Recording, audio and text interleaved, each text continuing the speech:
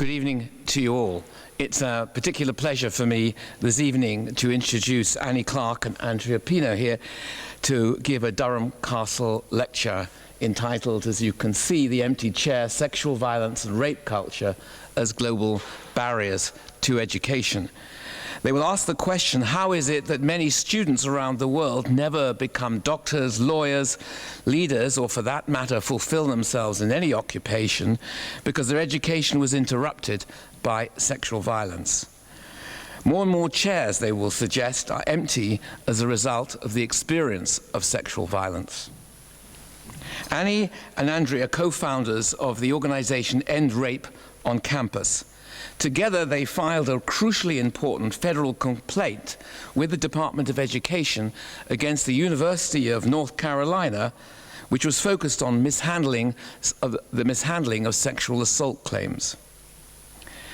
Their activism on these and related issues has been featured on in a huge variety of newspapers, from the front pages of the New York Times, the LA Times, Vogue, and many other places besides. And they have both written extensively in a huge diversity of media outlets.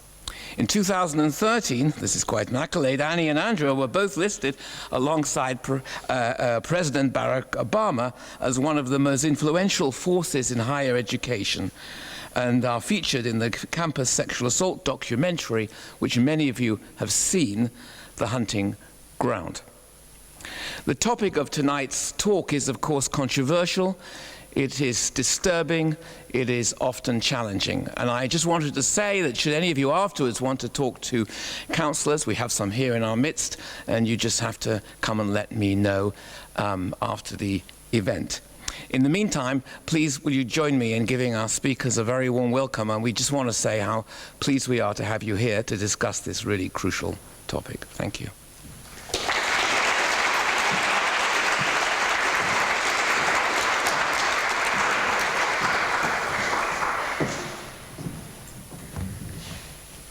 Hi, thank you so much for that introduction. My name is Annie Clark. And I'm Andrea Pino. And it's awesome to be in a castle. Thank you so much for inviting us here to the university, to Durham. This is actually my first trip ever to the UK. I've been here approximately 24 hours and have loved getting to meet a few of you. Yeah, and I'm also really excited to be here, actually. My sister got to travel all of Europe, and I never have, even though I've been to most of the states in the United States. It's really exciting to be here, and it's also an honor to be part of this lecture series. I know that so many important people have done it as well, including our friend Jacqueline Friedman, who was actually one of the first people who told me that I could do the work that I'm doing right now. So it's really great that we've been able to do what we've done. But we've also stood on the shoulders of really important people, and we're honored to be here. So thank you so much. So, a little bit about what to expect tonight. We're going to tell you our stories. Obviously, we're from the United States and not all of the laws apply, but we're hoping you can extrapolate some of those ideas to fit within a UK context. So we're going to go over a little bit about our rights and how we used our federal laws as vehicles for activism. Also talking about culture, and not only policy change, but culture change, knowing that we can't legislate that. How do we use these two things to influence change on our college campuses and beyond? And then finally, we'll have a discussion. And I want to also say that, we are two of the thousands of activists in the United States that have really created a movement that has really pushed for lasting change. I mean, when we first came forward, we were told that no one would take us seriously. The first thing our university told us was that our allegations were false, untrue, and just plain wrong. And what I said was that I guess I'm just a 20-year-old woman taking on a 200-year-old university. And it hasn't been easy, but I do want to say that, we were students very much like many of you were, and we didn't have any resources. We didn't have lawyers that were willing to help us out. We had no one who were actually willing to believe what had happened to us. And I want to say that because one of the things that has been so impactful of the movement in the United States is these are everyday people who have been sexually assaulted, who have come forward with their stories and have demanded change. And we hope that what's happened in the US can inspire a movement here, because we know that sexual assault's happening everywhere. And with that, I want to say, for those that might not know, kind of the jargon that we'll use throughout the presentation, is that American campuses are a little different. To start off, we have over almost 5,000 colleges and universities in the States. We do have different types of universities. We have four-year universities, which offer bachelor's degrees as well as upper-level degrees as well. We also have colleges that just offer bachelor's degrees. And then actually a majority of American students go to community colleges that are more for lower-income families. I want to also state that female students actually outnumber male students in the United States. There are over 60% of college students are women, which actually, it's a little strange that we're only just starting to have these conversations now, because women actually outnumber men on campuses, but we still see this systemic sexism happening on campuses. And also, I've been told that you have what's called a Minister of Education. We actually have something that's very similar. It's called the Secretary of Education. And the US Department of Education is actually what runs, what enforces civil rights on all colleges and universities. So US universities are not federally enforced. Many are private or public, depending on what type of school they are. But if a school receives federal funding, which in this case is student loans as well as financial aid that's federally funded, they have to abide by civil rights legislation that is enforced by the Department of Education. So that's important, because we do have schools like Harvard, that this also comes back to when it comes to the student debt that we have.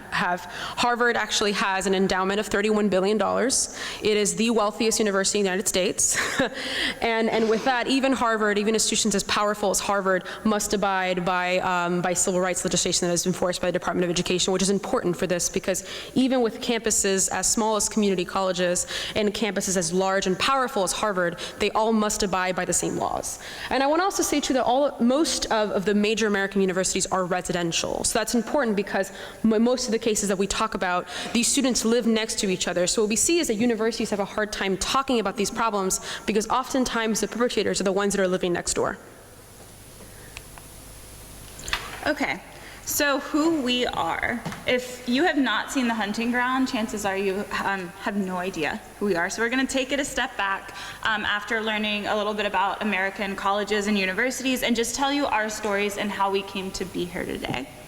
So in 2007, I was a student at the University of North Carolina at Chapel Hill, which is in North Carolina. It's a public institution, and I was sexually assaulted. And it was not on campus, and I decided I'm not going to deal with it. I'm going to focus on my first year. I'm going to control my grades and just not worry about it. That didn't work so well. And so eventually I ended up reporting to someone at the university confidentially, not to report a perpetrator or to go through a criminal process, just because I needed support in my classes and I wanted, personal help on dealing with that situation. And when I came forward to this individual, she likened my rape to a football game and told me I was the quarterback in charge and asked me what I could have done differently in that situation. And when that happened, as an 18-year-old student, I knew that wasn't the right response, but I didn't know what the right response was.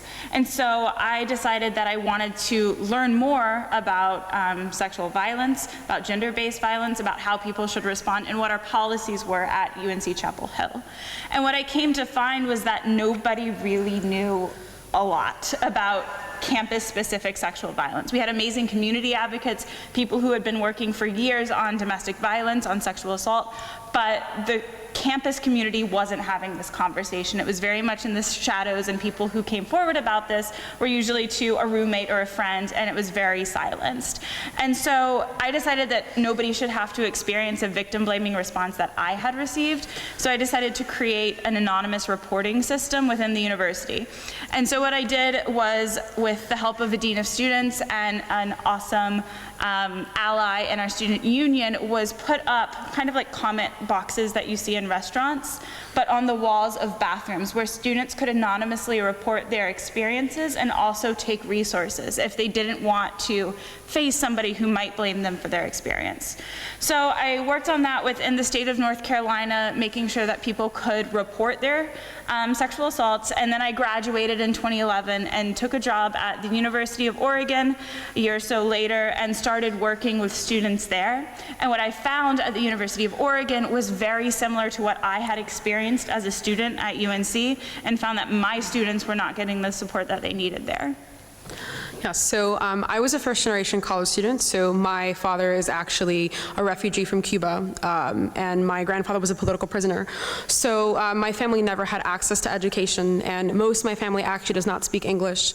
So navigating applying to higher education was really difficult, especially since I was in a lower-income neighborhood in Miami, Florida, and our education wasn't very good. So college was very expensive, and I knew that it was really difficult to get there, and I had to do it on my own.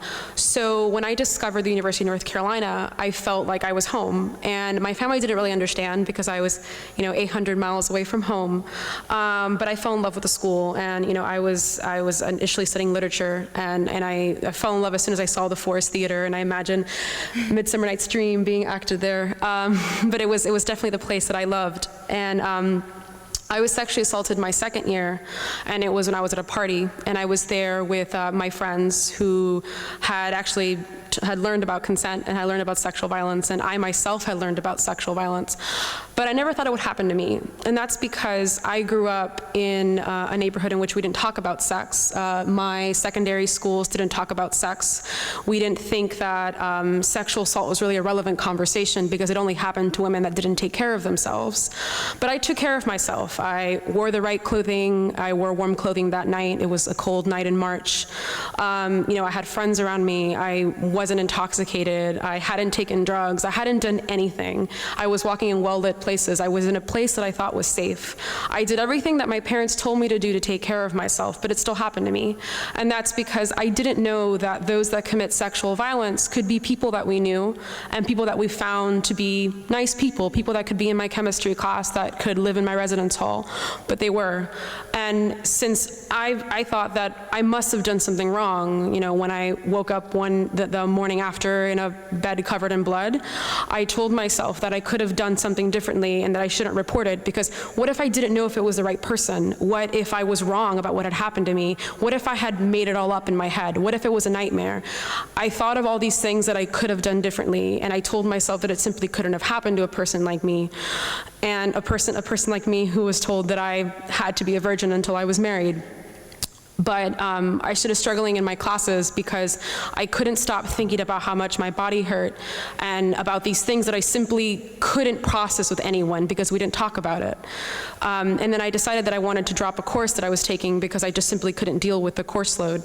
And for me, a person that worked so hard to get into school, when I was told by the administrator that maybe I was just being lazy and I couldn't handle Carolina, I felt as if I didn't belong there anymore. But then when I met Annie, and I actually met her when I used the system that she created, because I realized after talking to that administrator that I wasn't going to be believed. So the only reason I reported was because I put a piece of paper in a bathroom stall after discovering the box that she created. So I reached out to her, and she was the first person that told me that she believed me. And I decided that something was happening if a person like me who was educated, who was working with the administration, who knew about these issues, didn't know what to do and didn't feel believed. I realized that something was happening that was bigger than just me. Yeah. This second. Yeah. And so I'm all the way over there in Oregon, Andrea's in North Carolina. We're starting to hear these stories, not just from our friends, our students, people that we knew in college and had since graduated. And we realized nobody was talking about sexual violence as a thematic problem. It was always an isolated individual case. And so what we decided to do was start talking to our friends and see if we could connect and share stories. So similar to consciousness raising groups, early feminists in the 1970s, we decided to reach out and start talking to people who had filed sexual harassment claims decades before we were born, and see what we could learn from them. And I think what we realized is that this issue had been going on for so many years before we got there. I mean, between just Annie and me, hers happening in 2007 and mine happening in 2012, things hadn't really changed. And we realized that there really were not established policies to actually deal with sexual assault. Not to mention, we realized that the media were not covering it. And that it actually had been happening at schools all around the country. But since we weren't talking about it, we had no way of actually knowing. And it wasn't until we started researching articles that had been covered and the way they were being covered, and started discovering, student blogs all around the country, that we realized that there were students all over the country that were not connecting to each other. So we used the only tool that we had, which was social media. You know, we used Twitter, we used Facebook. We even had students who reached out through us through LinkedIn. I don't know if we have that here. Use LinkedIn? Through other types of social media platforms. And all of us were essentially starving for connection, starving for solidarity. So we decided to create that network to help empower each other to create change across our campuses. And so we went to our campus libraries, recognizing that I was a low-level administrator, she was in college, we both had access to our university libraries. And so we went to the legal shelves and started looking at every single possible right we might have to be able to report something, to be able to create change. And we came across something in the US known as Title IX. And do you want to click? And this is what Title IX says. It's an educational equity law. So in the States, it's one of our civil rights laws that regardless of your gender, you have an equal access to education. That is by law. And so what we found, and Andrea will talk a little bit more about the history of it, but if women were being sexually assaulted, sexually harassed, and raped, they weren't experiencing an equal access to their education. And so we used this legal argument, reached out to people who had filed cases before, and started to learn more about its history. And I want to also say, I mean, we're not attorneys, right? We had no prior education on any of this. I mean, and actually Title IX itself is a very simple law. It's that one sentence. And actually most of what Title IX has been used is for sports equity. It's access to sports. It's women having the right to play football, you know, to play basketball. But they had never really talked about it in the context of sexual assault. What we argued was that there could not be an equal education if women are feeling unsafe going to classes at night, if they're afraid of being assaulted by their peers. So we actually did some reading some of the history, and actually the first case that was ever argued in this framework was a case against Yale University in 1979, in which 5 women came forward. Actually, one of them is currently a practicing attorney in London. Her name is Anne Oliverius. These 5 students came forward and said that they were afraid of sexual harassment on campus. And because of that, they felt as if their school was violating Title IX because women did not have equal access to education. What they argued, it wasn't just that women had access to actually enroll in these programs. They couldn't be successful if they were afraid of being harassed. So at the time, they weren't necessarily looking at sexual assault. What we see is that, you know, not too many years later, this concept of what about sexual assault? Because what we see within the concept of harassment in the United States is that you have to prove there's a pattern. But what we saw when reading the Dear Colleague letter specifically, which was written by the equivalent of our Minister of Education, she argued that universities also have a responsibility to address sexual violence. So what we're seeing is that universities don't say, you know, we can never say that universities are necessarily responsible for sexual assault because it is really the individual perpetrators that do it. But what we see is that universities need to be held responsible because if they do not create a deterrence for this problem, you know, like Annie and me, if you have administrators that are telling students that their assaults didn't really happen or are not actually addressing the problem and perpetrators are not being punished, then the universities do have a responsibility to actually curtail that violence. So Annie and I in 2013 actually filed a federal complaint. So within the framework of the United States, you actually can file a federal complaint against a university within the Department of Education, which is the equivalent of our minister. And that complaint is then investigated by the department, and the university is publicly listed as being federally investigated. So at the time, these cases were not public, so we had no idea what schools had been investigated in the past, unless the students themselves had announced it or the media had announced it. So there was no way of actually knowing how many schools were under investigation because this was not a public conversation. So Annie and I were some of the first students that said, we are going to publicly file a complaint. Because what we see is that oftentimes victims are referred to as Jane Does. So we said, what if we shed ourselves of Jane Doe and become Annie and Andrea publicly and attach our experiences to this issue? So we decided to file a federal complaint. And this became one of the first complaints that was actually looking at this in a public angle. And since now we have over 140 schools that are under investigation publicly. So this is actually, when we first came forward, we had no idea how many were actually under investigation, but when the list was first announced in the middle of 2014, only 50 were under investigation. Now over 100 more have come under investigation just in a year. Yeah, and we'll talk a little bit more about why that is. Here are a few things you can look at about Title IX. As Andrea said, it's an educational equity law. not just a single instance of harassment or a single instance of sexual violence.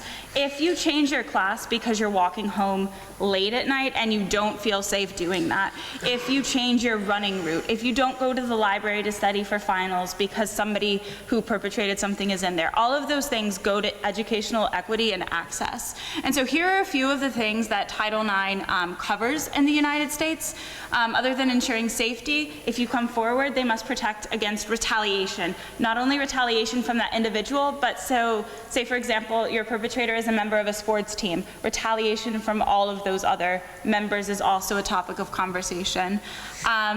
Also, Title IX in the states protects against gender nonconforming students and students who identify as lesbian, gay, bisexual as well, and transgender.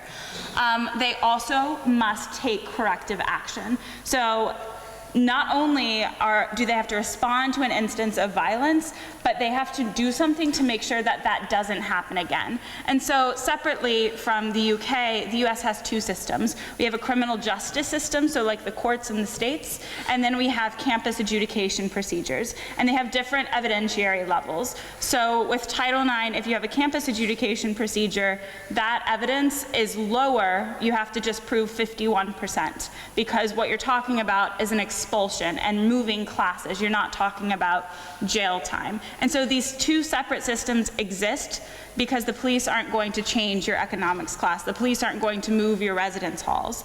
And some survivors don't want to go through a lengthy adjudication process within the criminal justice system. So Title IX is the one that applies to educational equity within a campus proceeding. And one of the things too that we all want to also talk about is the fact that if one thing it establishes is institutional responsibility, right? So Title IX itself is a very small law. It didn't start off even talking about sexual assault harassment. This is literally on the backs of survivors and activists that have come forward that we have these interpretations. The only reason the Department of Education has actually released this guidance is because of the activism of students. So I want to also establish that. Cool. And Andrea talked a little bit about this, but we decided that even though we weren't lawyers, you weren't required to be a lawyer to file a federal complaint, this was a civil grievance procedure that we could do. So we very publicly filed a complaint against the University of North Carolina at Chapel Hill for violation of Title IX of students' educational equity. And at first we called a bunch of reporters and they said, yeah, right, 20-year-olds are not going to file a federal complaint with the government against one of the best institutions in our country. And then 3 months later, it was front page New York Times news. And so this, using Title IX, it's not a perfect thing, but it was a legal vehicle that we had. Not having money, not having attorneys, it was a civil rights law that we could utilize to our benefit, but we just didn't know about it until we had to research it ourselves. And I want to also say one of the things that, one of the reasons why we were able to discover this tool is because we studied effective movements. We studied the civil rights movement in the US, we studied the LGBTQ rights movement as well. And what we've seen is that combining some type of public action is effective because it's able to bring together groups that wouldn't necessarily be together. You have students here in these protests here. This is the protest, the one on the right is from the University of North Carolina. And we had students coming from all areas of campus that were not survivors, that were not victimized themselves, but were interested in this conversation around making their campus safer. Because these type of manifestations, filing the complaint and coming forward, gave students the space to actually talk about these issues. And what we saw is that although the media were not willing to talk about these individual cases of assault, they started getting interest when you had multiple campuses coming forward and you had multiple students being connected across the country. Because now it wasn't a story about just victims that put themselves in the wrong place. It was actually being framed as an epidemic. And that was actually very intentional. So what we did with UNC when we filed our complaint was we said, this is not about UNC. I love my institution and you hold things you love accountable. UNC is a microcosm of what's happening nationally, and so we're going to use this as an example because it's happening at Harvard, Yale, Berkeley, Swarthmore, all of these different types of institutions institutions, UNC is not in isolation. And so when we said that to the media, we were able to create a wave of activism, and they were able to cover our stories in a way that they didn't do previously. And I want to say also, I mean, one of the things that has been really impactful for us as activists is actually learning the media itself. So one of the things that we saw is that media covers sexual assault episodically. So they treat it as a singular instance problem. So we think of one victim that put themselves in the wrong place, and we don't think of a culture of violence. We don't think of a culture that actually supports these perpetrators and that actually blames victims for what happens to them. So these three examples I like to pull out because they're very much national headline stories.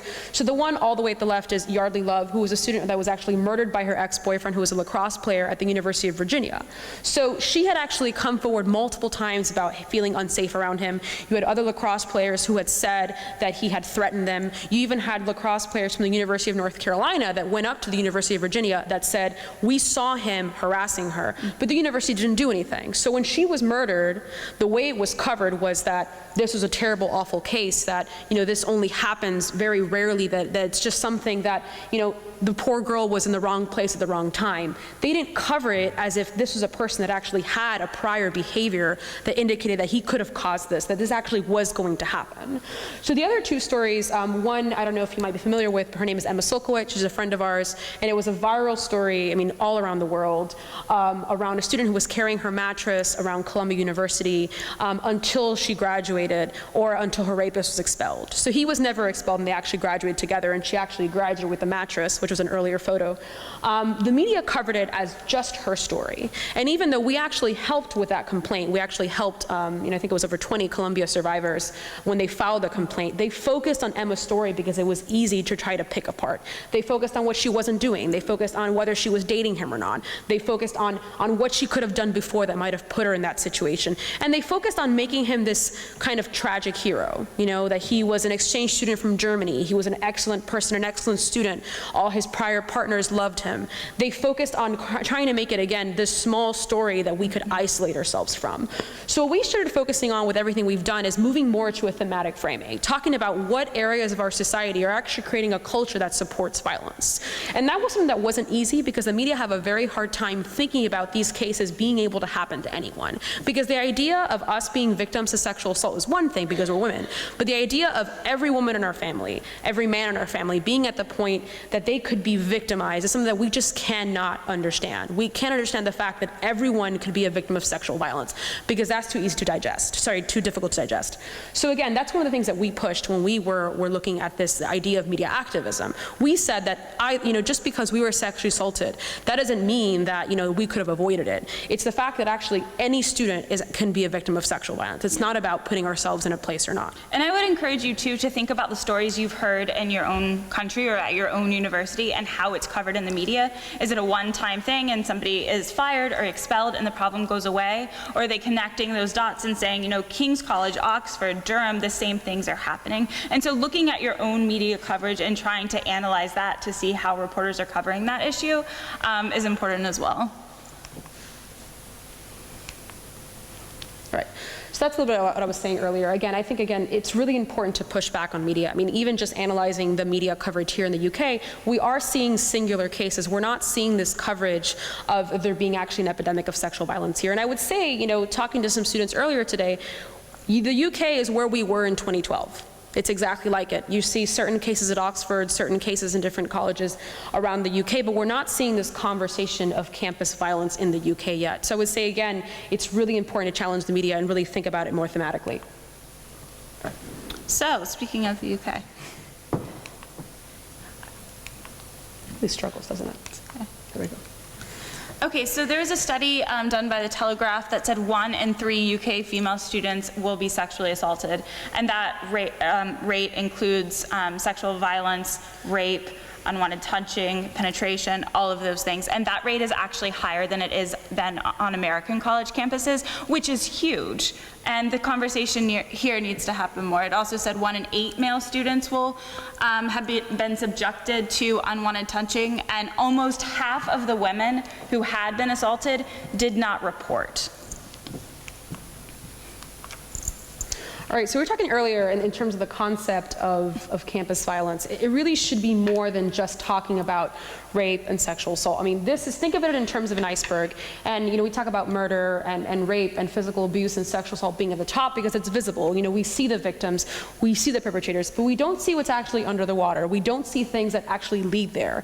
Actually, within 48 hours of being in London, we heard from friends who told us that they were more afraid of being sexually assaulted and harassed in the streets of London than they were of a terrorist attack. But they were so confused over why the media talks so much about terrorist attacks. Yes, it's relevant. Yes, we talk about terror and it's very important, but why don't we talk about the threat of women every day? Why don't we talk about these little things that actually make women feel unsafe every single day? And these little things that are under the iceberg are oftentimes, you can see where it says visible and invisible, but often they are heard. They're the things we have conversations about in this very dining hall. When we talk about, we heard several students make reference earlier to something called Rape Alley. Right? That's something that gives permission, that minimalizes the crime of rape and allows it to continue happening. So all of these little things, while they may seem insidious and small, allow the top of the iceberg to remain there. And it's also, at the very bottom, we talk about this concept of indifference, right? It's not necessarily that everyone is active in this conversation, but it's also being inactive that is relevant. If you hear your friend making a rape joke, if you hear someone making fun of pedophiles, dressing up as pedophiles for Halloween, making fun of stories that are in the media, and thinking about it in this concept as it's not really a big deal, that's actually indifference because you're looking at this culture and not doing anything about it. So we often talk to students and those that are members of university communities to think about this in this big fashion. When you hear students making rape jokes, when you hear someone belittling sexual violence, you have to be active in the conversation, because if we don't treat sexual assault seriously, if we don't treat crimes seriously and treat them like crimes, we're not going to get to the point where we actually have a deterrence for the problem. Right, and it's not enough just to not perpetrate violence. You have to actively do something to stand against it, and it's not a one-time thing. It's not I go to a party and I save someone, but it's that everyday activism, that everyday conversation, calling out things you hear and talking to your friends about it. All right, so I do want to reference, I know we're running a little bit out of time here, but I do want to reference the concept of the empty chair. And I don't know how many of you followed the Bill Cosby stories in the United States, but it was a very, very big story and still is a very big story. And actually, the New York Magazine run a cover story about this concept of the empty chair, where you had all the victims that came forward against Bill Cosby and an empty chair. And that empty chair represented those victims that could not come forward or are no longer alive. So we want to reference it in this concept of how many empty chairs are left behind because of so many students that do not feel safe on campuses. It's really hard for us to ever know, but I can tell you, I took time off after being sexually assaulted and after being harassed on campus. And we've gone to campuses, all around the country in the United States in which students have told us the exact same thing. Or they've told us, I wanted to be a doctor, I wanted to be a lawyer, I wanted to run for office, but I never finished my bachelor's degree because I felt unsafe. And we've actually gone to screenings of the hunting ground where we've had people come up in their 80s, in their 90s, in their 50s saying, I just finished my education because I had to drop out after being assaulted. And we see this, at many different types of campuses. We see these people who've told us, even if they've reported, even if the person was convicted, people who actually have halted their education because they feel unsafe. And it's oftentimes not just the incident, but what we talked about earlier, these microaggressions, these rape jokes, this climate that has actually made it unsafe for them to continue being a student. So what's been relevant for us in terms of Title IX is we've argued it's not just the assault, but this culture of harassment, this culture in which athletes are treated like gods, in which fraternity men are venerated on campus, but victims are ridiculed. It's not just the assault itself, but a culture that says that it's okay to rape on campus. And I also want to say that often this empty chair is invisible to many of us because we don't see it. We don't expect it. And there is a certain privilege of us being up here and being able to speak about our experiences, because it means we're not in fear right now of our perpetrators. It means even though we're probably going to get some Twitter backlash or something, we're able to have this conversation, and this sort of public activism does take a privilege, but there are many chairs and they're rendered invisible and they're empty at this very institution. So I wanted to bring this up briefly because it's a tool that the UK has that the US does not. CEDAW, or the Convention on the Elimination of All Forms of Discrimination Against Women, is a UN treaty that the UK ratified in the 1980s. You've had this law, or excuse me, this treaty for many, many years. And Part 3, Article 10 sounds very similar to a Title IX. It says that all states must take appropriate measures to ensure equality in education. If you have sexual violence and sexual harassment in education, your education is not equal. So I just wanted to point that out. I know there's a bunch of different UK laws on the books, but this one specifically targets education and could be a vehicle to use to push for change here. And we want to also say, too, again, like, I was saying earlier, that you were very much where we were in 2012. This was not a conversation. We weren't even talking about Title IX, and Title IX had nothing to do with sexual assault. I want to say, even though this vehicle does not mention sexual assault, again, it's about the framework, and it's about thinking in the concept that sexual assault and sexual harassment are barriers to education. And I want to also say again what I was saying about institutional responsibility. It's not just about preventing sexual assault, because again, as much as we try, it's difficult for us to prevent all sexual assault. But it's also thinking, are universities doing enough to actually ensure that students feel safe on campuses? So this is kind of what we're going to talk about a little bit in the dialogue of what's already happening, where can we go, how can we help and work collaboratively. We're working with students in Australia and Canada, both countries who have ratified CEDAW but also have their own independent laws on this. And the UK also has a bunch of great organizations. I know a few of you are representative of them here. Yeah, and I want to talk about, it happens here, and there's a group here, it happens here at Durham, there's also one in Oxford. What we're seeing is that there are student groups that are coming forward that are getting some coverage. But one of the things that I also suggest to the students that we spoke to earlier today is try to reach out to those students, try to reach out to social media, because you're right at the precipice of a movement. I see it happening. It's very much the way that we were. Connect to each other, because one of the most powerful things is thinking of these stories collectively. Because it's not just a problem at Durham, it's not just a problem at Oxford or Cambridge, it's a problem all over the UK and all over the world. All right. So this is a concept we like to call everyday activism. I referenced it earlier. It basically is that it's not a one-time thing, but there are little things that you can do in your everyday life to change this culture. And you can fight for policy, you can fight for legislation, you can't legislate that culture change, which is where everyday activism comes in. And so it's the radical notion that you can play a part and you have more power than you know. So you don't have to be up here on a stage, you don't have to be in a documentary, you don't have to protest to make change. That could be calling out, your friend at a party tonight. That could be talking to your children about what consent means. That could be writing your representative in Parliament. That could be simply taking care of yourself if you need to do so. Yeah. And I'll briefly talk about these photos. These are 3 photos that are for me, very different types of my own activism. One of them is at the University of North Carolina, when you are a 4th-year student, you climb the bell tower and sign it, with your name and something that's relevant to you. And for me, Title IX was as important to me as the idea of graduating with the class of 2014. So in my brick, I wrote Title IX.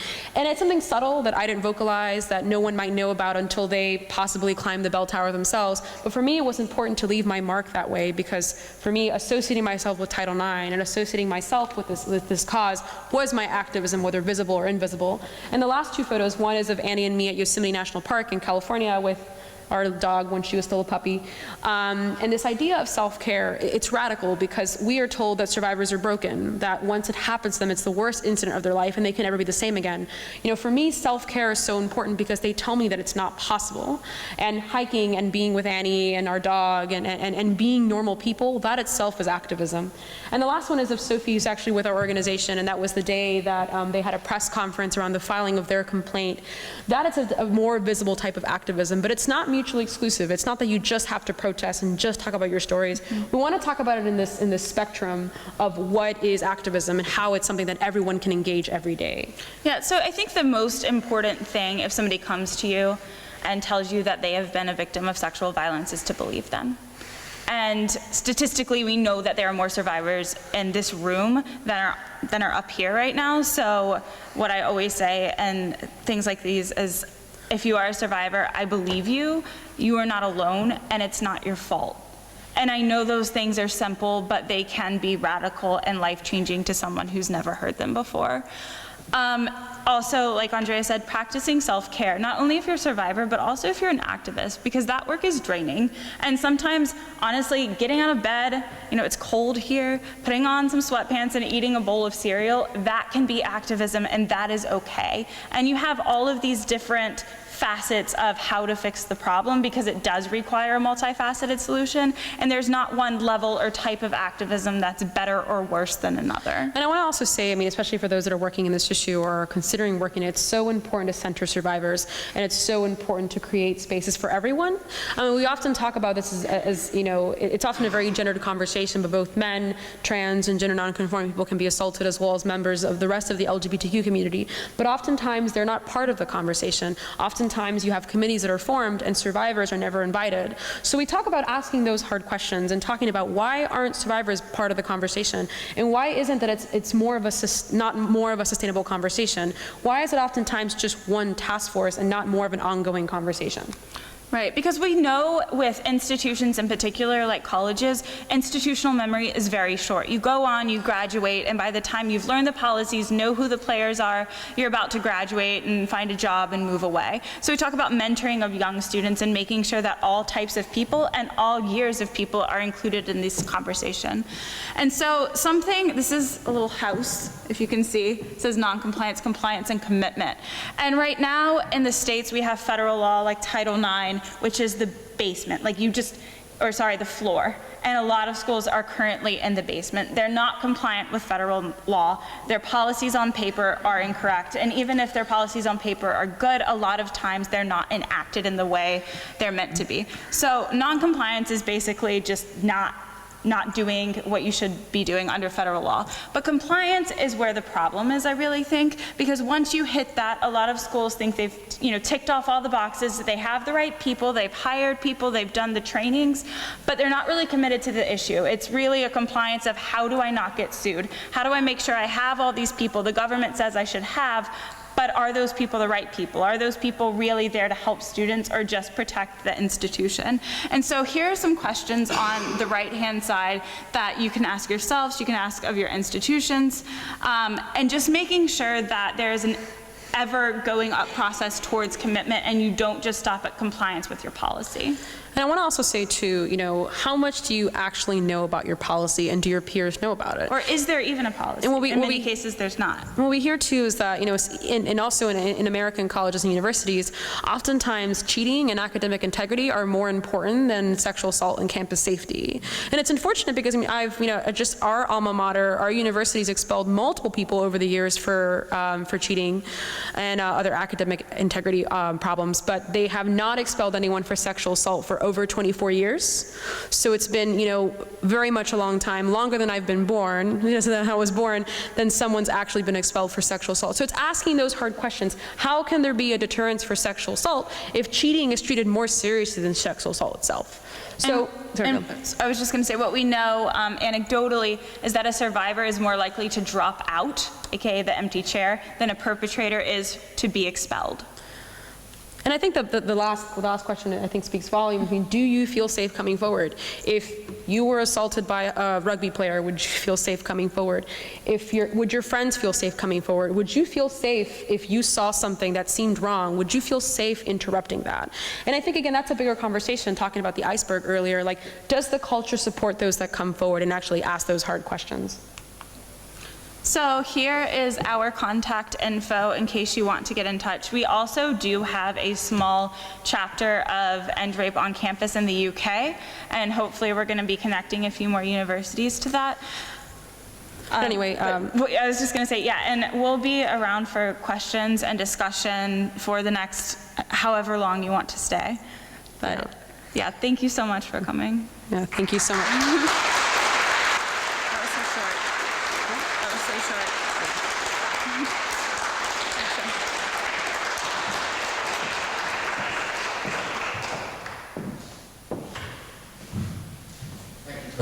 Thank you both very much. I'm sure there are lots of questions that people would like to raise. So I'm going to pass the mic Hi, you mentioned this briefly, but one of the big media stories about rape on campus was the article about the UVA in Rolling Stone.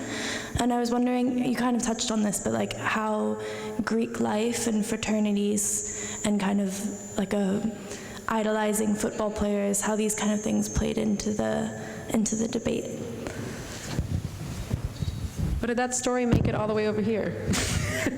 And I laugh about it because unfortunately that story, and it was a very controversial story, and it actually still is being discussed even now. And that story ended up being debunked by multiple media media outlets. But what we didn't see was that there really wasn't a discussion about fraternities. And actually, the University of Virginia, I applied to the University of Virginia, and this is very much ingrained in the culture. I mean, I think the University of Virginia is actually a perfect example of fraternity, of stereotypical fraternity culture, that and probably Dartmouth. And fraternities are very powerful at the University of Virginia, as well as secret societies. What we see is they have the most, social and political clout on campus. Oftentimes, the most powerful alumni were part of these fraternities. And even though that story did end up being debunked, I mean, this is very much an epidemic, epidemic proportions at UVA. I mean, this has been happening for years. And we don't see the university necessarily talking about it because, again, you have the most powerful alumni that oftentimes become administrators and politicians that were in fraternities at UVA. And something else that's interesting about UVA, so you saw on the slide the cover of one of the magazines was Yardley Love, and she was there at UVA. So you don't hear about her story, but you hear about the supposed debunking of this one story. Additionally, UVA has been under investigation by the U.S. Department of Education for multiple years, and the department just came out with a scathing report of a bunch of the same issues that were raised in that one story. So I think it's very interesting to see how much the media focus on debunking that one story, not about the entire culture of cover up and everything that we actually saw from the Department of Education and the stories that were there. And what we know is that false claims happen 2 to 8% of the time in the States, which according to our FBI, Bureau of Investigation, is the same as any other crime. Yet, if you pay attention to our media, it would seem like it happens much more often because they focus on it so much. Thank you. Yeah, there's a question over here. Perhaps you could say who you are, Graham Towell, and then... Hello, I'm Graham, thank you. Yeah, I'm... everyone could identify I'm Graham Towell, I'm Pro-Vice Chancellor and Deputy Warden. I'm also Chair of the Sexual Violence Task Force at Durham University. Thanks for an excellent talk. I've just got 2 questions. One is, what do you see as the main barriers to change? What do you think the key barriers are? And then the second is, what would a university look like that was addressing these issues appropriately? What would be the characteristics of that of a university as you would wish it to be? Yeah, and thank you for that question and for being here. I think that the bigger problems are those things that are below the water of the iceberg. I think it's the fact that we have a culture that tolerates violence both directly and indirectly. We have a culture that often belittles sexual violence, that we make rape jokes, we treat them as they're often false. We talked about it during dinner, but in some states in the US, if the police end up not investigating your case, or if the victim actually steps back from the investigation, they can actually be charged with false claims and face as much jail time as if they were convicted for the incident itself. And what we see is that since we do not prosecute these crimes, the media don't talk about it as it being as prevalent as it is. We often talk about it as if the perpetrator is the person in the bushes, or the person that's not a member of your university community. We don't treat it as if it happens as often as it does. So we don't think that it could happen to people. So we often have these doubts. We think that the person who's in our chemistry class could not be an assailant. So I would say that there's that bigger problem. It's the fact that we don't think sexual assault looks like what it looks like. We think that it's often very violent. We think the person's often sober and a poor innocent victim walking down an alley. That's not what sexual assault looks like. So I think it's very difficult for communities to actually understand how common it is. And I think, too, to address your first question about an ideal university, if we're starting to talk about this issue at college and uni, it's way too late. We need to address it and address, bodily autonomy and respect and consent at age-appropriate levels starting in primary school. So that's the first thing. Like, we need to start way, way earlier. But secondly, at a university, it's about the climate. Do people feel safe going forward? Will they be believed if they accuse a rugby player, or will they be socially isolated and retaliated against? So I think you need a policy. I think that policy needs to have input from multiple people and types of people on campus, and then that policy needs to be followed and changed if needed. Good characteristics: do you have some sort of an amnesty policy or a policy to protect people from retaliation if they do come forward? Do students know a policy exists even if you have one? What are the academic or living accommodations if somebody comes forward and there's a case going on? Who's the one that has to move? What about if you're in the same class? So talking about everything, not just the incident itself, but the fact that it impacts your education, your mental health. Maybe you also have a disability, because we know that over 30% of survivors experience some form of a psychiatric disability following an assault. Are there remedies in place for that? Is there counseling? So I think holistic support that is streamlined would be a really great characteristic of a university that's doing it well, and also that has very clear policies that students understand, that are not in some sort of cryptic legal jargon, and that are easily accessible, and they can have input on writing them as well. And I want to also say really quickly, I think one of the things that also showcases commitment is an active conversation. So one of the universities that's actually in the film, St. Mary's College, they actually have had a lot of ongoing conversation, not just after the film came out, even though they were pretty prominently featured in the film and they did not look very good. I mean, they have been very active in this conversation. I mean, they brought us, but they also, they had 3 or 4 conversations right after our own presentation that kind of kept this conversation open. Because one of the things that we see is that this conversation is often isolated, it's often only catered to women, and it's often only in very short segments of a student's university experience. It's either in orientation or it's in these small portions of a class period. We don't have this ongoing conversation. So how are we able to actually identify sexual assault if we don't talk about it openly? And sorry, last thing, and making sure that your professors and faculty are trained to know that this is an issue, something that's happening in the States right now. And we know sexual assault doesn't just occur between students. It could be a professor or a graduate student, something like that. But something that's happening is that, like you have the honor code or do not plagiarize on every syllabi, professors are starting to put these comments are not tolerated in my classroom. Things like racist comments, sexist comments, and giving people resources under Title IX.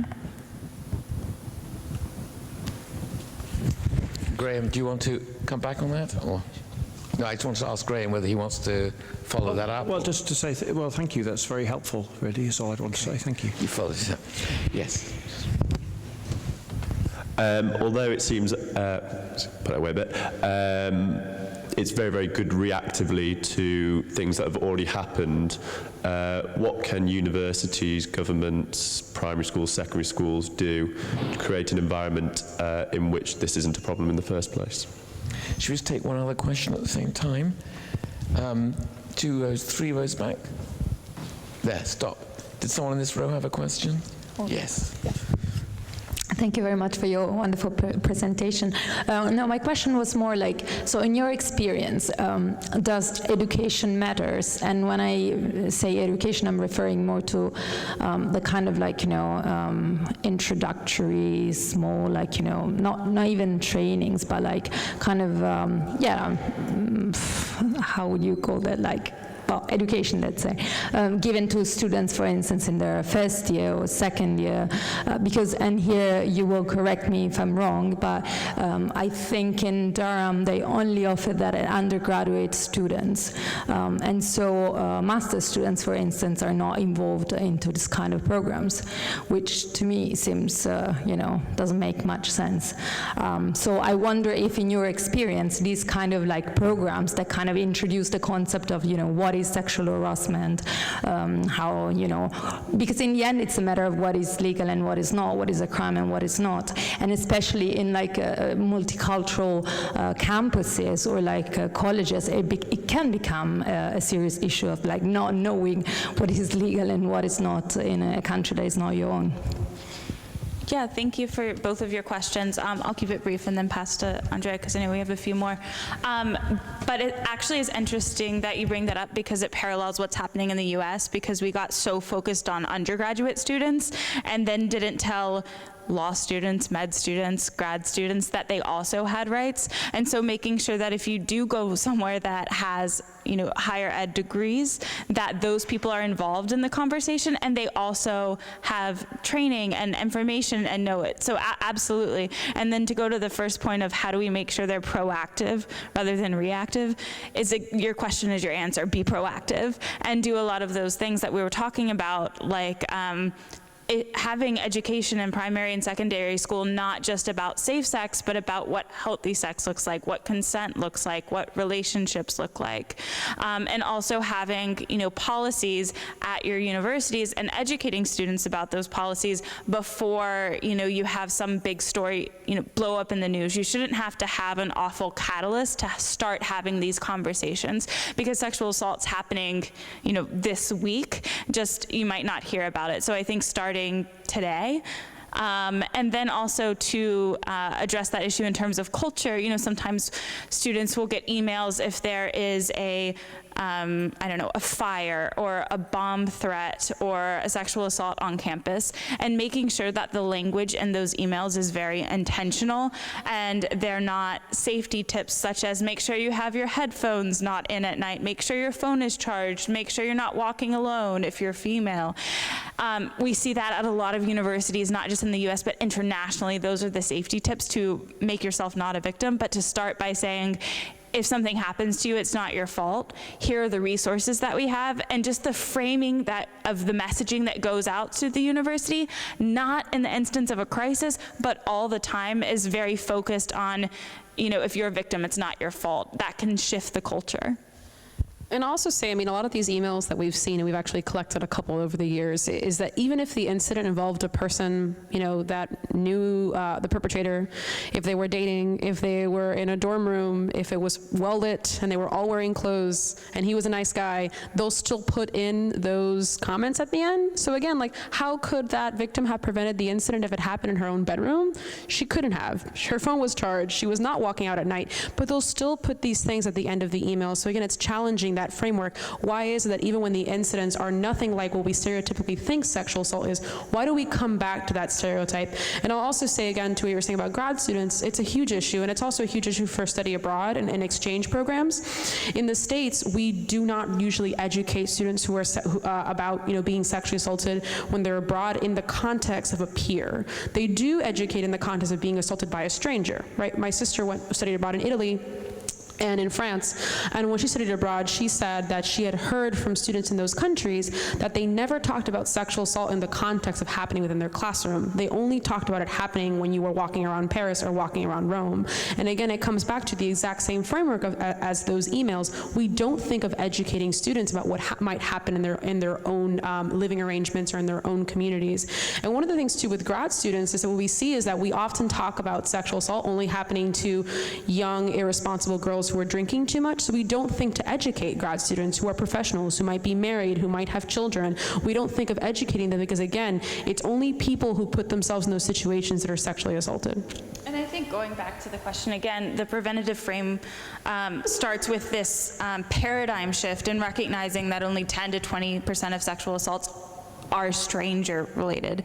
You know, it's mostly a person you know, it's a person in your English class, and that makes us uncomfortable. So I think, you know, to be proactive, we also have to be educated and understand how sexual assault happens, and realize that if we're going to prevent it, we have to understand the statistics surrounding it and what it looks like on our campuses, and recognizing that, you know, you might have this baseline, like we were talking about, compliance of a federal law or federal policy, but you can't cookie cutter necessarily every best practice to every institution. What might work here might look a little bit different in London, for example. And so really talking to the students here, because we're not experts at this university. We know, a lot about sexual assault, but the students here, the people who experience the culture, are your experts. So getting yourselves in a room and talking about it, a lot of things are going to come up, and much more than what we heard in 24 hours, 48 hours with the rape alley and things like that, which is a problem that needs to be talked about. Lots of yes. Thank you.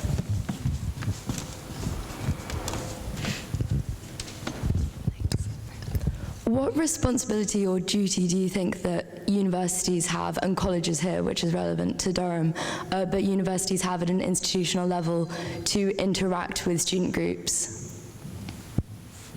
And other question? Should we take it at the same time?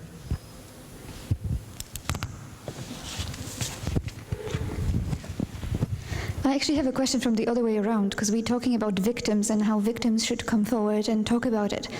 But I'm just thinking now, when we were talking about the perpetrator, the person, the potential perpetrator, wouldn't you think that, for example, having campaigns saying you will be prosecuted if this happens would be useful? Or do you think this would be sort of spreading terror or something like that? Because I was just thinking that one thing is addressing the victim, but the other is maybe putting into heads of people who are, I don't know, well, I don't think they're consciously thinking that they are going to do it, but maybe if they saw something saying you will be found out, they wouldn't do it. I don't know. What do you think about it?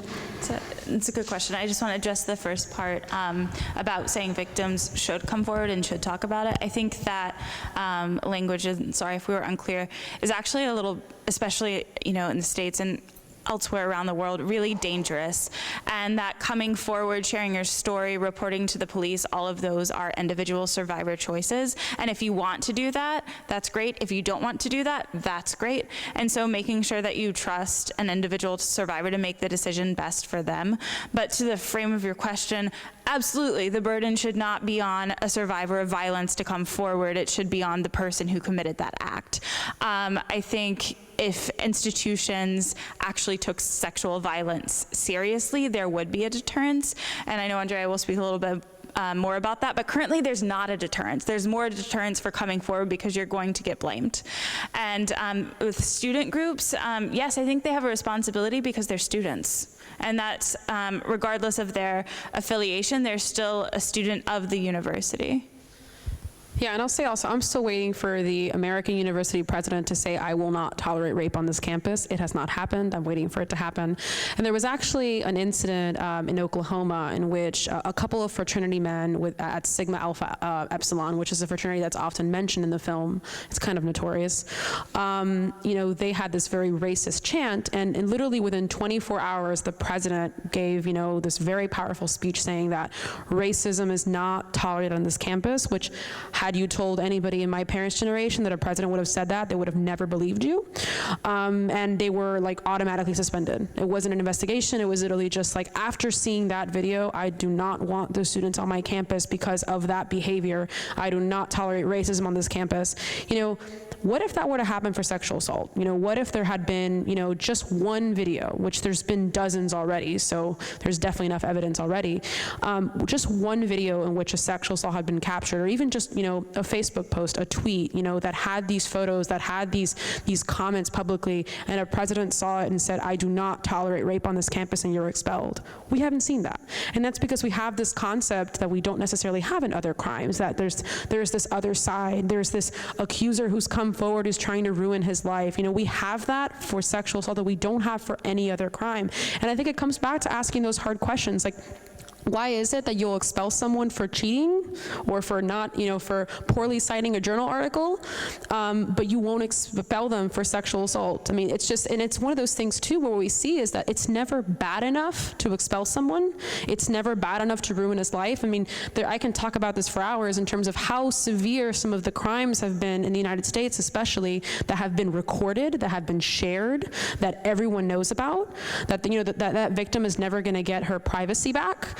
and it's not bad enough to be expelled. I mean, at Vanderbilt University, you had these four American football players that, you know, raped this girl, and they were actually convicted, even though it was overturned, but they were convicted, but they were not found responsible by the university. So even the criminal courts found them responsible, but the university did not. And again, because it's never bad enough. And back to the groups, I think this speaks volumes in terms of the concept of fraternities and athletic teams, is that we see that universities often take their hands away from these conversations because these groups are separate.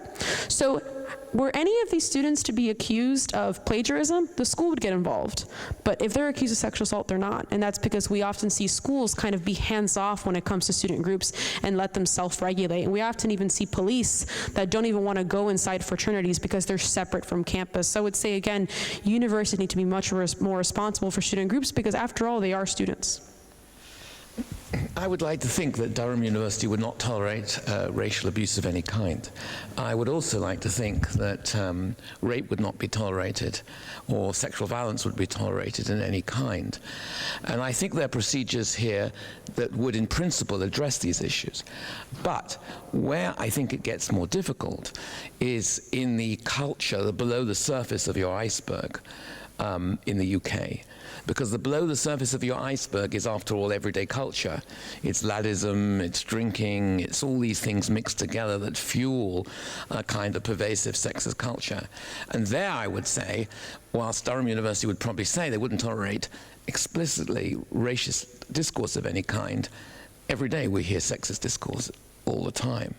So it seems to me that, you know, some of the deep drivers of this are under the surface, aren't they? And I just wonder what you think about those deep drivers. You know, is it ultimately a culture that has to be profoundly shifted, and therefore the behavior that goes with that culture? Or do you think there's something innate here that is always going to be on the edge? Do you think that, you know, how would you address the kind of culture that underpins it? Because it seems to me partly that is the deep structure that shapes everyday behavior, and unless that's addressed, as you say, in schooling right from the beginning all the way through, it's very unlikely it will be addressed systematically. That's actually a very great comment. And again, a lot of it's what's below the surface. It's things that we don't think are problematic. And I would say, especially in the States, I think it's this profound indifference to this problem. You know, we read so many stories about women being sexually assaulted. We read so many stories about, especially in the States, with shootings. I mean, that's actually a perfect example, because there are so many shootings every single minute in the United States that we are no longer affected by it. We had a friend who came from Adelaide in Australia, and she came to stay with us, and within 48 hours there were 2 major national shootings and one on our street. And she said, "Why isn't Barack Obama on your street?" And I was like, well, because he can't be in every single street, every single minute in the United States, because there are so many shootings here.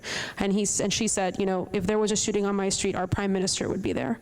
And I think, again, it's because we are so desensitized to violence in many ways. You know, we're desensitized to, like, you know, say laddism, which we call them bros in the US. But this whole concept of masculinity and toxic masculinity that also impacts men. You have men who are told that they should be getting as much sex as they can. You have women who are told that they should dress a certain way to attract the right partner. You know, we have these things that are ingrained since us being very, very young.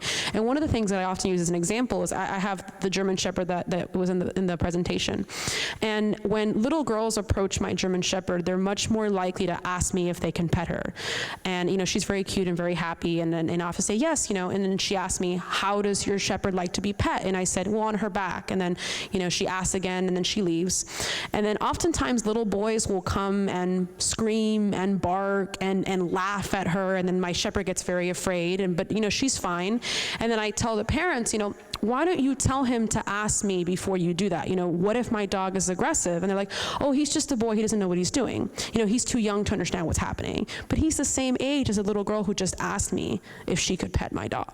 So I think it's really the way we raise our boys and girls, and we raise our girls to ask for permission.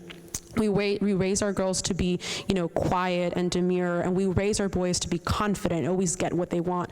So I think it starts with having that conversation, and having that conversation around privilege, and having the conversation around actually respecting each other and calling out that behavior. Yeah, and just quickly, I do think a profound culture shift needs to happen, and it's happening. It's glacially happening, but it's happening.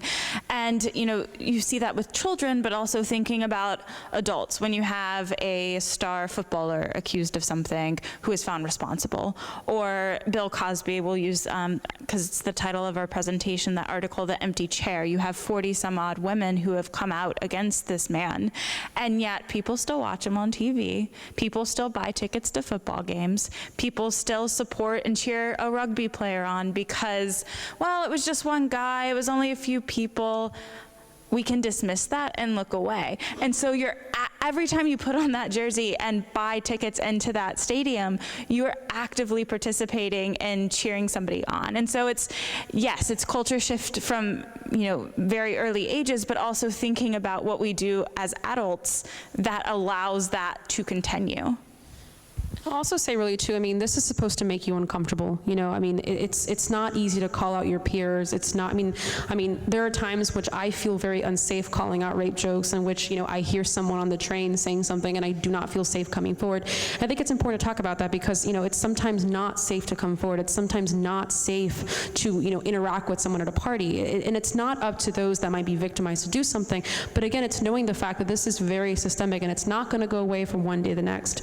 And I think especially with athletics, I mean, I don't really care about American football, but I think if like Lionel Messi were to be accused of sexual assault, I'd have a lot of soul searching to process because, you know, my family are huge Barcelona fans, sorry anyone, but, you know, that's something that would be difficult to process because, I mean, I, you know, grew up watching Messi, you know, I grew up watching Barcelona, and like the idea of one of those players being accused of sexual assault would be something that I would really, really have to process because I don't know if I would stop watching Barcelona. I don't know. That's something that I haven't really had to deal with. I think the same thing with athletics at my university. You know, it's supposed to make you uncomfortable because, again, anybody could be a perpetrator and anybody could be a victim, and that's something that we all have to internalize.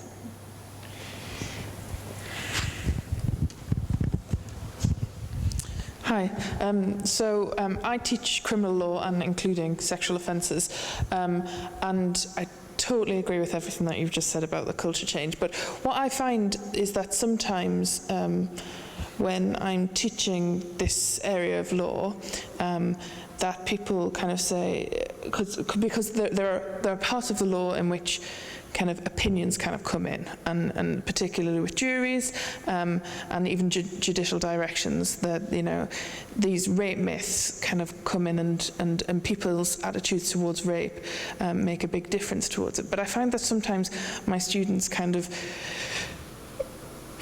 rely a bit too much on this kind of cultural dimension and kind of say, well, we need to change attitudes, that's the only way to deal with it. But there's also problems with the law, and, you know, the fact that these attitudes can come in show that there are gaps in the law, and you can't just dismiss that and say that they're cultural.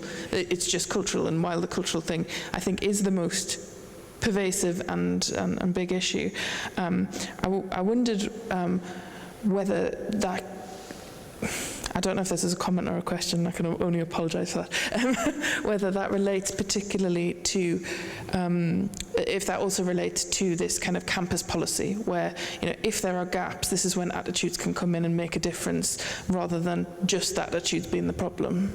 Does that make sense?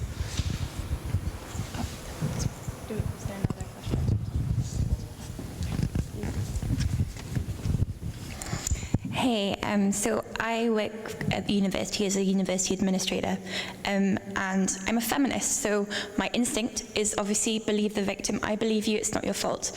But as an administrator, I need a procedurally fair process which is sensitive and legally robust. So it's something that universities across the UK are looking at the moment. There's a lot of soul searching because about 20 years ago, I don't know if you heard about the Zelek report. It was a report which basically said universities shouldn't touch investigations for sexual assault on campus, that it was inappropriate for them to go there. So compared to America, where you know, you're really encouraged to investigate, in the UK we were encouraged on policy grounds to stay away from that. But that's changing because Zelek is actually older than a lot of our undergraduates. It represents attitudes from the past. I think there's recognition of that. But I wanted to learn from you guys, what does investigation best practice look like from your point of view? What does a sensitive and fair process look like, especially looking at the reactions of a survivor, and how can we support victims while remaining fair? Yeah, those are both really good questions, and I think related in many ways, because in the States we have two systems. We have the campus system, the criminal system, and they both have gaps, and I would say that they are both broken. And ideally what we would like to see is a survivor able to make that choice of one or the other, or both, or neither. And right now that's often, not a choice for many people. And so just thinking about state law, so we have 50 states and they all have different penal codes. And even though we have a uniform crime with the FBI, every state prosecute sexual assault differently. And in some states, our rape laws are very archaic, they're very heteronormative, and they need to be fixed. Absolutely. So we're working on policy change in that. And then unfortunately, some schools copy their state legislation and use that as the rationale to adjudicate crime. With the best practices, one of the things that we've seen be really effective is having a confidential advisor, meaning that you have one person at the institution who knows all of the options and who can explain them in a unbiased way to a survivor, someone coming forward, and then that person then can make an informed decision about what they want to do. With adjudication procedures, do you want to? Yeah, and I want to also touch, the United States are different, all 50 of them are very different, but in North Carolina, for example, where we went to school, only penal vaginal penetration counts as rape. Nothing else does, not anal, not oral. If you're a man, you cannot be raped in the state of North Carolina. So they're very, very far behind. We've heard of students who the only reason they go to the school is because they do not have an option to go through the criminal justice system. So that's another big reason why, Title IX has been so influential in actually changing the conversation and actually trying to hold perpetrators accountable. But I think beyond that with adjudication, it is often difficult to maintain that fairness. In the United States, we have a lot of problems in terms of just all the legal landscapes. A lot of people sue a lot of people, I guess is the way to sum it up in the States. But in terms of due process in the States, it is often difficult because universities have to balance, who's more of a threat in terms of legal action, the perpetrator or the victim. And the perpetrators are actually much more likely to sue if they're found responsible, which is often a problem. But those cases are actually much less likely to be successful, mainly because, again, if you're found responsible for violating the policy, it tends to be very explicit what's going to happen. It doesn't mean that it's necessarily as communicated, which is often why they sue. But what we've seen as being effective has been policies that actually holistically support survivors. Like Annie was saying, these confidential advisors have been incredible because they're oftentimes, very much focused on just victims, which is something that is very new because, again, administrators oftentimes had to balance, and, our head investigator would have to deal with both the perpetrator and the victim. So how could they really support one holistically? So what we've seen is universities that, provide holistic academic support because, like Annie was saying, survivors are over 30% likely to develop PTSD and depression that are considered psychiatric disabilities in the States. So universities are legally required to help students with disabilities. So we've seen that these holistic systems, that when they're going through the process, they're given extensions in papers, extensions in exams. Professors are communicated that the victims are going through this process, so they need that extra support. So that idea of holistically supporting a survivor has been really great in empowering them to come forward, because they come forward because they actually feel as if they're going to be supported. And I would say also it's having a spectrum of punitive action, because we've seen that, as great as the idea of saying you're going to get expelled if you rape, oftentimes administrators are likely to not want to expel them because it can never be bad enough to expel someone. Because how are you going to expel everyone that's ever accused? We're not going to have any male students left. People have actually said that, which is great. But, again, having the spectrum and looking at, the severity of the incident and also assessing the danger to that victim and the danger to the community. Sorry. Just very quickly, in terms of the nitty-gritty of the adjudication procedure, the U.S. is trying to get it right now, and you have a bunch of different systems and options. And so some things our Department of Education has sent guidance on, saying things like investigations and hearings should occur within 60 days. That's a best practice according to our department. Some people are playing around with the idea of having an independent outside investigator do all the fact finding and then having a panel hearing. We have, since our case in 2013, removed students, undergraduate students, from adjudicating sexual assault, which is something that we were told would not happen, and that has since happened, so only staff and faculty hear these cases.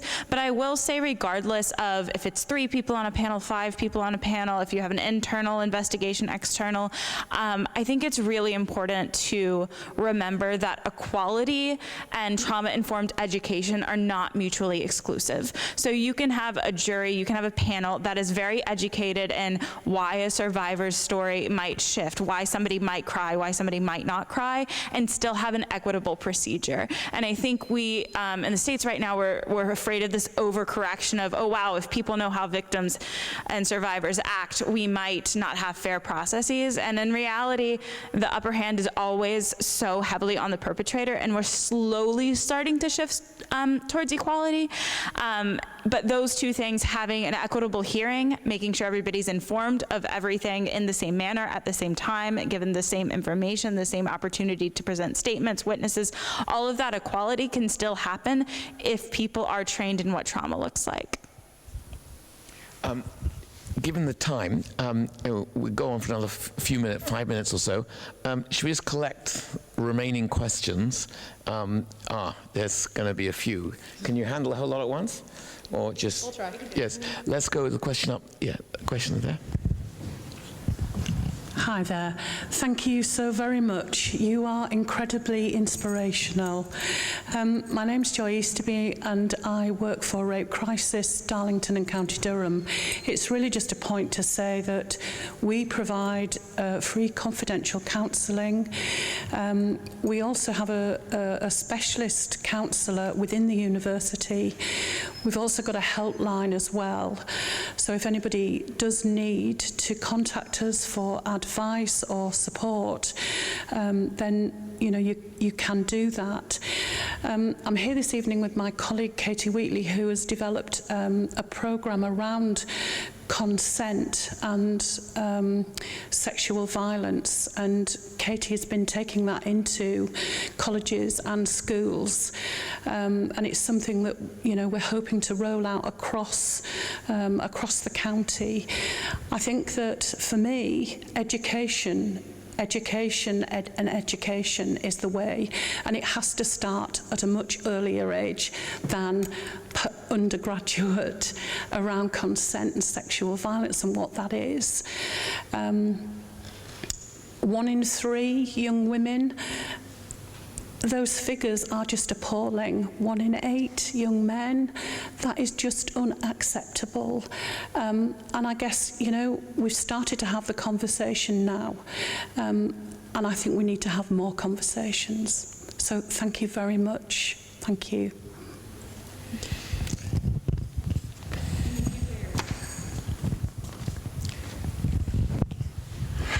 Yeah, I'm trying to look at some of the challenges for us here. And one of the challenges, it seems to me, is about, it seems that it's an important principle about the empowerment of someone who comes forward and that they have a high degree of control over what follows and what happens. But one of the difficulties, I think, a practical difficulty sometimes, is if a particular name of an alleged perpetrator comes up multiple times, what is the duty of care to future potential victims? Because, if you've got the argument, for example, there's an argument, well, someone's name shouldn't go to the police if the victim says, well, I don't want this name to go forward to the police. But if a university comes across the same name several times, you see the dilemma. On the one hand, wanting to respect the victim having a high degree of control over that process, but on the other hand, having a duty of care to future potential victims. And I just welcome your views on the issues around that. Yeah, Just really quickly, absolutely. And so in the US, we have a law called the Clery Act as well. And part of that, in combination with Title IX, is tracking trends. And so if you have a serial perpetrator, tracking that name. And also what some universities do is if somebody wants, if this is the first time this person has been reported, ask that student, if somebody else comes forward, what would you like to do? And keeping that, name of the other survivor confidential, of course.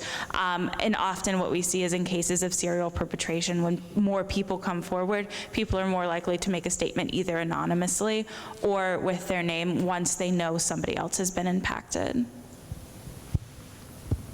But yeah. Any final questions? I have two, but I come last.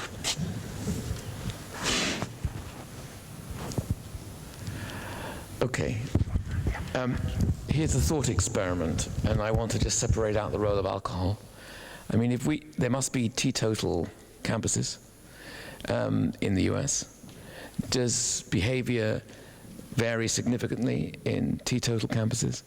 I'm quite interested, in other words, in the role of alcohol in the process of exacerbating behavior, reducing inhibitions, or do you think it doesn't make much difference, actually? Because I deal with a lot of cases here where, let's say, you have the captain of a soccer team comes in and says, I'm really sorry about what happened at the college the other day. Everyone, we drank too much and we acted out of character. Well, did they, is the question. So I'm interested in what you think is the role of alcohol in all this. And then finally, just a tiny qualification from me. I'm worried about the dog example, because it carries with it the risk of a certain kind of an essentialism, that boys are inherently, in some senses, wild and need to be cultured in a way that is fundamentally different, in some senses, to girls. And I worry about too crude a dichotomy, because it seems to me there's huge variation that matters and that needs explanation. I mean, for example, I came from a household, I was the only boy, I had 3 sisters. I think the only one who knew how to pat a dog was probably me. I have a son and daughters. It seems to me the complexity is enormous. So I worry about that example because it may suggest a kind of essentialism which would lead one to think that perhaps that males are inherently vulnerable to a certain kind of aggressive sexual behavior and women may not be. But it seems to me putting it as bluntly as that risks missing a lot of complexity. I just would like your comments on that. So I'm going to have you explain the teeter campuses? Teetotal. Non-drinking. Oh, okay. Well, I know, I just learned that term too. I was like really struggling with that. Well, I was just like, okay, what could it possibly be? We don't have many of those left. So we have. Well, no. I mean, I'm trying to think of how many are actually still like that. Not many of them. Some of the religious campuses might be. So the reason I use the dog example is it's not about boys being wild. I think, and the reason I mentioned the parents is because it wasn't the boy himself. It was the fact that his parents didn't do anything. It wasn't like, oh, no, just don't worry about it. Like, hey, you have to ask next time, things like that. And I think it's because, clearly the little girl had a conversation about how to approach dogs. And again, it's not every boy, and that's something we always say.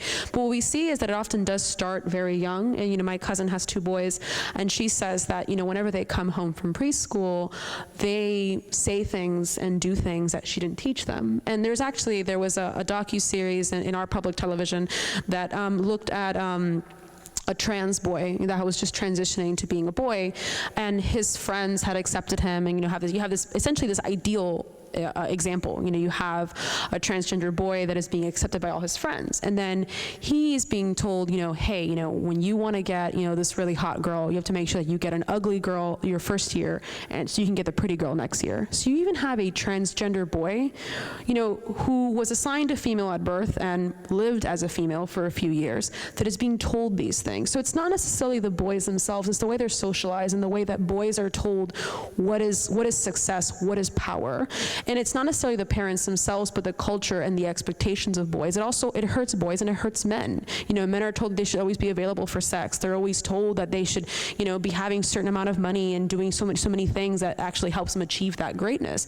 And oftentimes it's very inaccessible. It's not something that's actually realistic. But again, it does start very young, and it starts in the way that we raise our kids and the way that men raise other men and what they pick up. And one of the things that we actually see in the States especially is that we don't talk about sex in many states, and it's naive to think that our children are not learning about sex. And what we see is oftentimes men learn about sex through porn.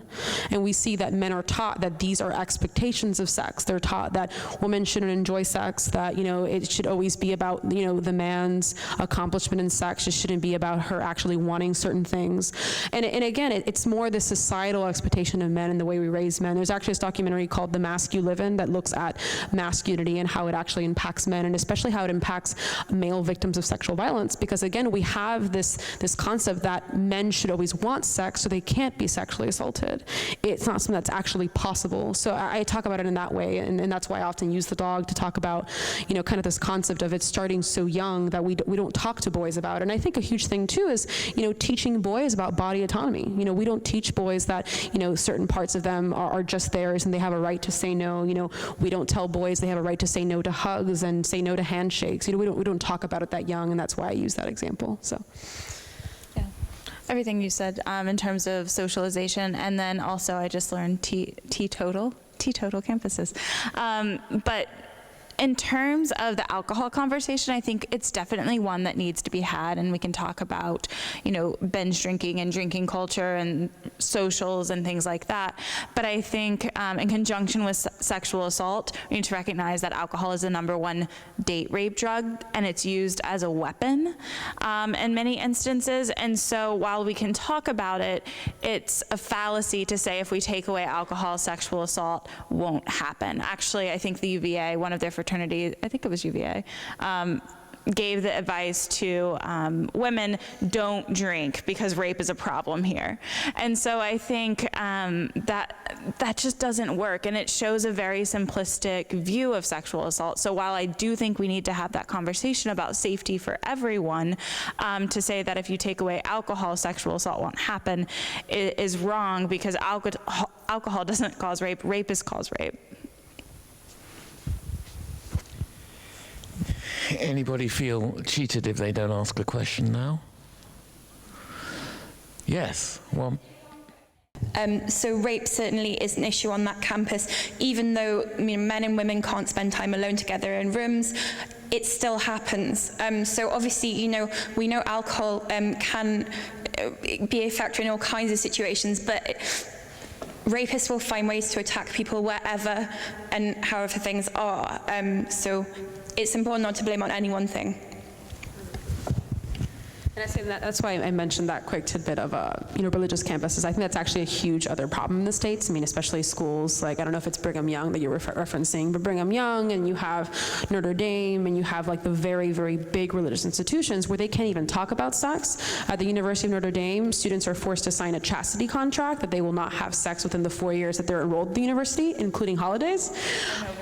And over summer, and these things, and they're forced to sign that, yet sexual assault's still happening, right? And then there are actually places in which is why we talk about amnesty clauses, right?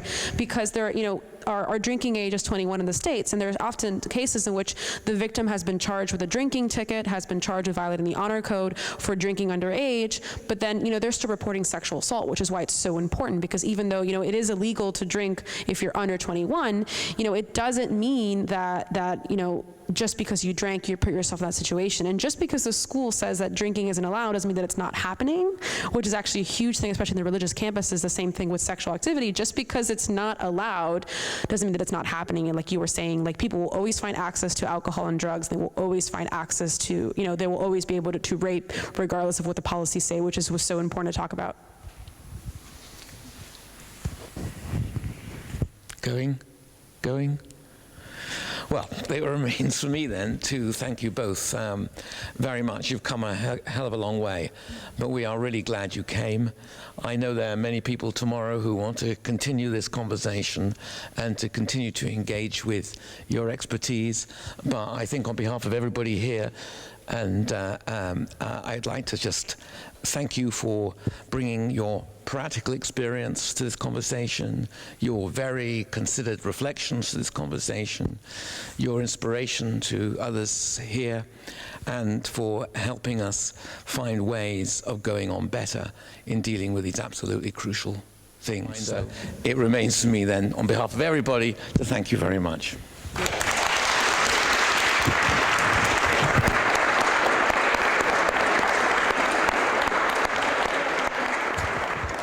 Are you happy to hang around?